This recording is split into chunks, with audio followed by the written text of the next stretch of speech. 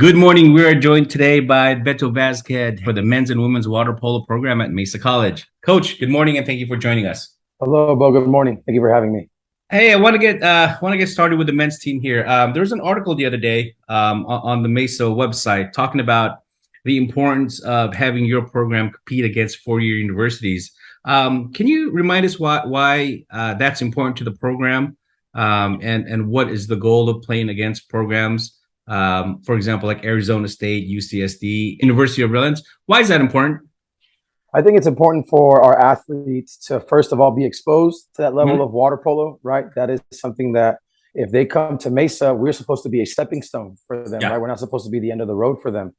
So it exposes them to a higher level of water polo. It also shows them what they're capable of attaining, right? We sure. are a 2-year school. We are a stepping stone or a temporary stop, right? The goal is for them to move on to a 4-year school.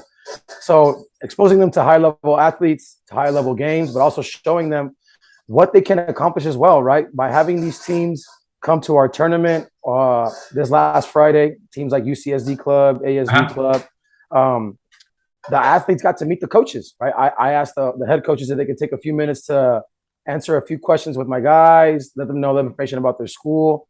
And it kind of also allows the Mesa guys to realize, hey, like maybe I do want to go to a school like ASU. Maybe Sure. I don't have to go to San Diego State like everybody else around here does. So Yeah. it exposes them to other schools, other possibilities, and hopefully opens their mind to more potential prospect schools in the future.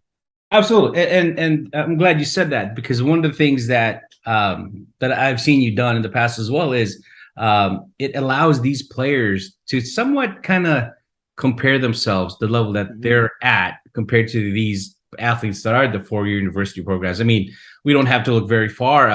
San Diego Mesa alumni Jake Rose, who's now the starting center forward over at the Redlands. I mean, what better example for your Yes, current players to say, hey, you know what? If Jay can get there, I can get there as well. I mean, that, 100%. that is such a gigantic and important teaching tool that you probably tell these guys on probably on an everyday basis that you're working for a goal, right? Trying to accomplish it as well. And another beautiful thing about water polo, at least for me personally, is that the water polo community is very small. It's not like Sure. a major sport like football, basketball, baseball, soccer, right? These are monster sports in our country. Water polo is still kind of like trying to get more publicity out to get more exposed. So by being a very small community, I have former athletes of mine, not from Mesa, but from like high school or from club, who play at UCSD, right? Who Yeah. play at ASU. So it wasn't just meeting the coaches and meeting these new athletes, but also getting to know guys from San Diego who had the opportunity to leave San Diego and not just get an education, but also play water polo, right? Like one thing that I'm very proud of is that currently on UCSD's club team, we have 6 Mesa alumni on the Wow. UCSD club team, right? And so UCSD's club team is top ranked. 2 years ago, they finished third. Last year, they finished second. This year, they ranked number 1 in the country. Wow. So it makes me very proud to see a lot of my former athletes and especially my Mesa alumni playing at a higher level with higher level teams and then coming back to little old Mesa, right? To our little Mhm. pool, to our little tournament and being a part of it and bringing back their experiences and sharing with the guys, telling them, hey, I was in your shoes 2 years ago. I Sure. was in your shoes last year, right? Like this is something that you can accomplish as well. So, for the returners, right, for the sophomores or for the third-year players, it's good to see for them to see their old friends, their old Yeah. teammates. But for the incoming freshmen, these are new guys to them. Like, hey, like, nice to meet you, Jake Rose.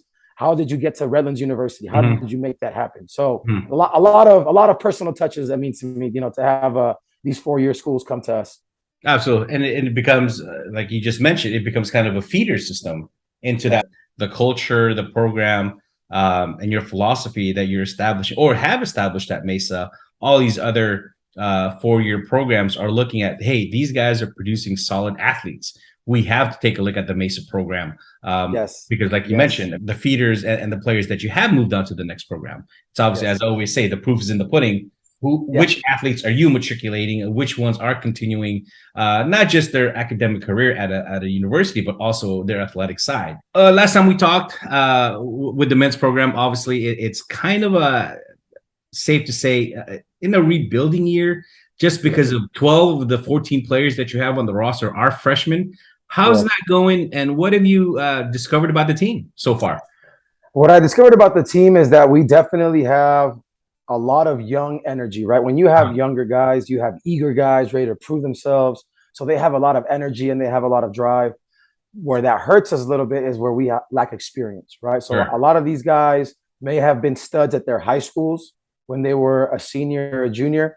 Now that they're freshmen, that they're at the bottom of the totem pole, they're playing against men now, not just boys. You know, some of these junior college teams that we faced against have 20-year-olds, 21-year-olds. Mm-hmm. Some of these club teams have 23, Mm-hmm. 24, maybe 28, 30-year-olds. So they're struggling, right? It's a struggle when you're a young man, when you come from a school where you were the man, you were scoring all the buckets, to come into a program where it's like, man, like everybody's better than me. Mm-hmm. You know, we're being challenged every single opponent. No one is easy. It's tough to overcome. It's tough to overcome, but you know what? We're still very proud of the work we've accomplished so far. We are not winless. We have had one win against a Mm-hmm. strong conference opponent, Crafton Hills.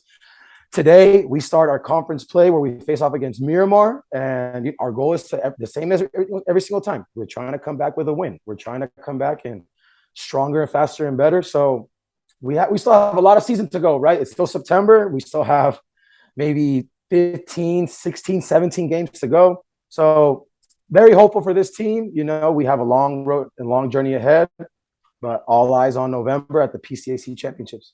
And they said once you're in conference play, everything changes. As you mentioned today, you guys are traveling over to Miramar, and then on Wednesday, October 5th, competing against Southwestern College, and then at home on Wednesday, October 12th. I'm sorry, October 12th against Palomar College. Energy you had mentioned. What do you think right now is or should be the biggest improvement that you'd like to see? The biggest improvement, you know what? That's a very good question to ask right now. We have actually taken a step back with our men's team, and we've gone back to working on our fundamentals. Right? I got ahead of myself as a coach, and I was ready to just teach strategy and tactics, X's and O's, and get all these nice plays to get us going. Mm-hmm. But there was the challenge of the young guys, right? Like they have their own backgrounds in water polo. They all come from different coaches, different experiences. So I decided to, take a step back and say, hey, you know what? Let's go back to rebuilding our fundamentals. Let's go back to our bread and butter. Let's get back on the same page. Let's work on our communication. Let's build team chemistry. Once we have those couple things down, Pat, we will then go back to working on making complex strategy movements, defensive schemes, offensive plays. So right now we're just going back to our bread and butter. We want to be good. We want to be solid passers. We want to be great communicators. We want to make smart decisions with the ball. We want to play solid defense. So in order for us to take 3 steps forward, we got to take 2 steps back. We got to be able to take our time. So we're moving backwards right now just a little bit to work on our fundamentals. But I am positive and hopeful that once we get back onto our fundamentals, we'll move forward and we'll build our strategy, we'll build our tactics, and be more prepared as a unit for PCAC champs in November. Okay. Follow-up question on that. You talked about a lot of these players, obviously 12 of them are freshmen coming from different club programs, where you mentioned that, they were the superstars. They are the man, right? And would it be safe to say that the way athletes are being coached right now, specifically in water polo, at their clubs, were they more individualistic in a sense of, hey, I'm so good that I'm going to be able to do it myself, as opposed to when you jump at a higher level in college, where now it's even more important that, hey, no, this is not, you can't do things one-on-one anymore. You got to be able to involve everyone around and kind of trust your system in how we're going to get that bucket. I've seen that in many different sports where they come from a high-powered club, or whether it be volleyball, soccer, in which they think they can do it themselves, but now you're playing guys that are older, right? Veterans, with strategies. Is that what you're experiencing with younger players? I am experiencing that right now with younger players. I don't want to say generally speaking that they all come from like a club background or a high school background where they could do where they were coached that way. I just have the feeling that their experience before Mesa was that they could be taking the shots whenever they felt like it, right? Or maybe just they felt like they could do what we call hero ball. You try to do everybody else's job, right? When someone Sure. makes a mistake, you try to cover up for them. But the reality is in college, like if you try to cover somebody else's mistakes, you're giving up your own responsibilities, right? So a big thing is, right, part of our fundamentals is also understanding just do your job, right? Got it. Within the scheme of our defense, within our offensive plays, just do your job, right? Trust your teammates, right?